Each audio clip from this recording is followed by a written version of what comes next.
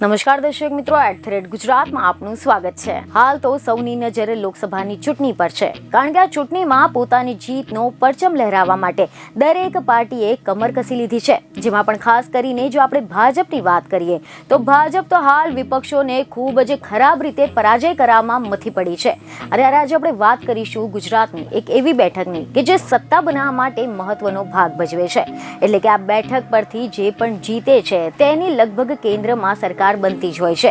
કોઈ પણ પક્ષ હોય તેમની નજર આ બેઠક પર હોય છે। જે સીટની અહીંયા વાત થઈ રહી છે તે છે દક્ષિણ ગુજરાતની વલસાડ બેઠક। ખબર એવી મળી રહી છે કે આ બેઠક સાથે જે લોકવાયકા સંકળાયેલી છે તે મુજબ અહીંયા જે પણ પક્ષનો ઉમેદવાર જીતે છે તેની કેન્દ્રમાં સરકાર બનતી હોય છે। હવે જો આપણે આના ઇતિહાસ પર નજર કરીએ તો મીડિયા રિપોર્ટ અનુસાર એવી માહિતી મળી રહી છે કે વર્ષ 1957 થી 1977 સુધી કોંગ્રેસની ટિકિટથી નાનુભાઈ પટેલ આ બેઠક જીતતા આવ્યા હતા અને પછી 1980 અને 1984માં કોંગ્રેસના ઉત્તમ પટેલે જીત મેળવી હતી અને 1989માં જનતા દળના અર્જુન પટેલ અહીંયાથી જીત્યા હતા।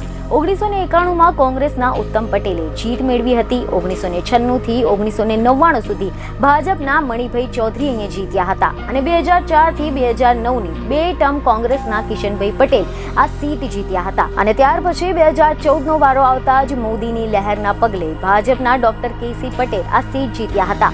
2019ની લોકસભાની ચૂંટણીમાં પણ ડોક્ટર કેસી પટેલે જ મેદાન માર્યું હતું અને 3.5 લાખ કરતા પણ વધુના મતોની જે લીડ છે તેની સાથે આ વલસાડની બેઠક જીતી હતી।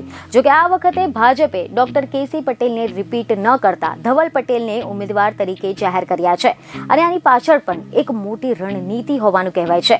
ખબર એવી મળી રહી છે કે ભાજપે આ વખતે આદિવાસી નેતા ધવલ પટેલ પર પસંદગી ઉતારી છે, કારણ કે ધવલ પટેલ હાલ રાષ્ટ્રીય આદિજાતિ મોરચાના હોદ્દેદારનો પદભાર સંભાળી રહ્યા છે।